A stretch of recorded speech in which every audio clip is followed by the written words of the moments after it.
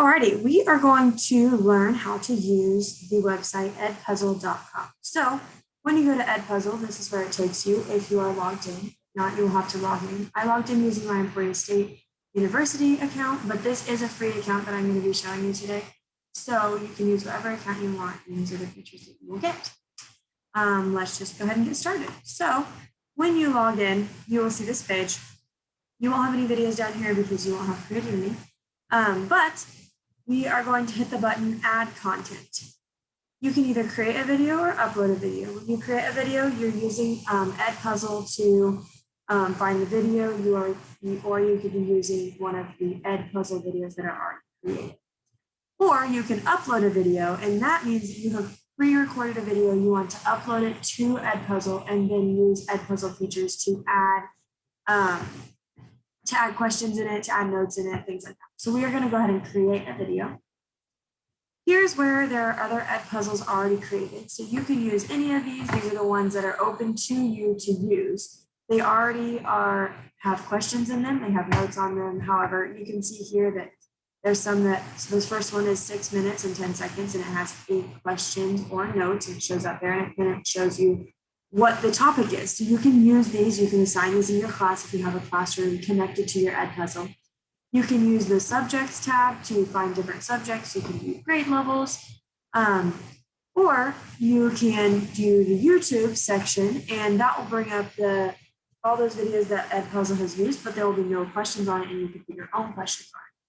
So here at the search bar, I'm going to search triangles so that we can maybe find a video to use to put some questions on and maybe some notes so I can show you how to undo that. So I'm just going to use this one here. You can select the button. So you can either hit the copy button, and that will take you, and that will put it into your content, and it will be there for you whenever you want to go ahead and edit it. You can go through all these and pick different ones and go watch them later. And that's kind of what the copy button is for. You can also hit the edit button, which is what we're going to do.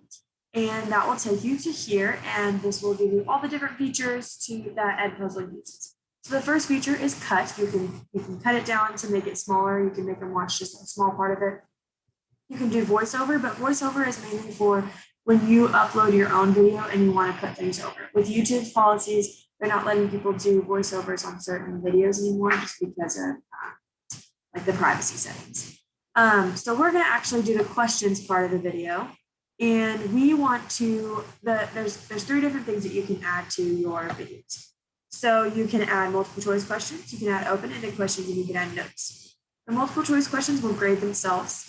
The open-ended questions will have you be able to go back in and look through the answers of your students or whoever answered the questions on your video. And then the note is just where you can type a note or you can do an audio note, and your students will have to read it or listen to it before they can continue. The awesome thing about these is that if you put a question in, the students cannot move on until they have answered your question. So the video locks, they have to answer the question and they can't skip it until they have answered it. So let's go ahead and try it. So we just play the video and it starts to go. We can find a place to put our questions, put a note. So let's see.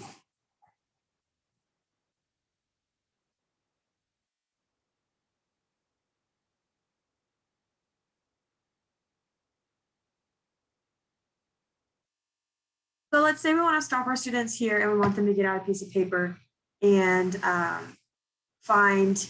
want them to get out a piece of paper and see so that they can do the examples with the video. So we can just do, please get out a piece of paper.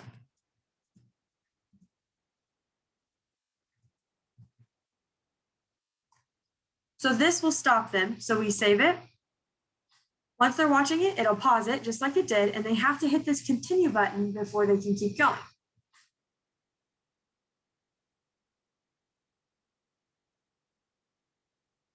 Let the students watch an example.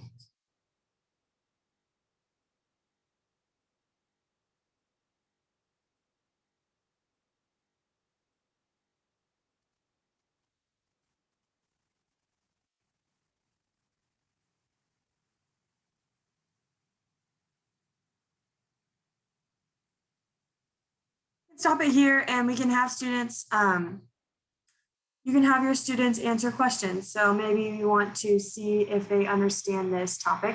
So instead of them seeing the last problem, you say, does the last example create a triangle? I can't spell triangle. And then you would type your choices, yes or no. And you then have to pick the correct answers. We want to switch that one to no. And then we want to save it. Students get to that, they have to answer that question so that they can move on. So then they'll pick their answer, you can continue it, so on. So then we'll click finish. The nice thing about this is I think this would be really cool to use in a flipped classroom. So that students can watch the lesson beforehand, answer all these questions, try and understand the material a little bit.